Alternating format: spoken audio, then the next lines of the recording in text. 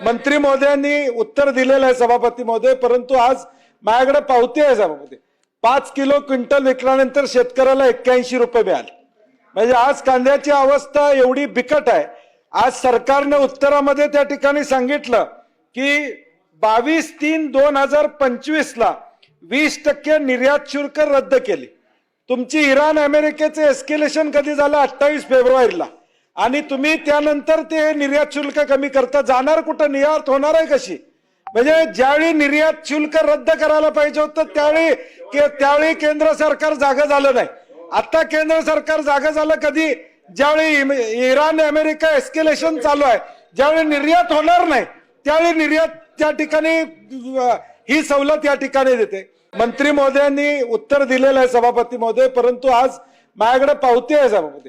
5 kilo quintal विकल्यानंतर शेतकऱ्याला 81 रुपये मिळाले. म्हणजे आज कांद्याची अवस्था एवढी बिकट आहे.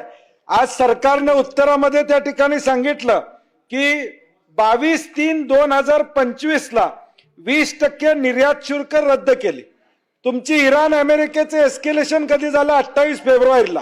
आणि तुम्ही त्यानंतर ते निर्यात शुल्क कमी करता. जाणार कुठं? निर्यात होणार आहे कशी?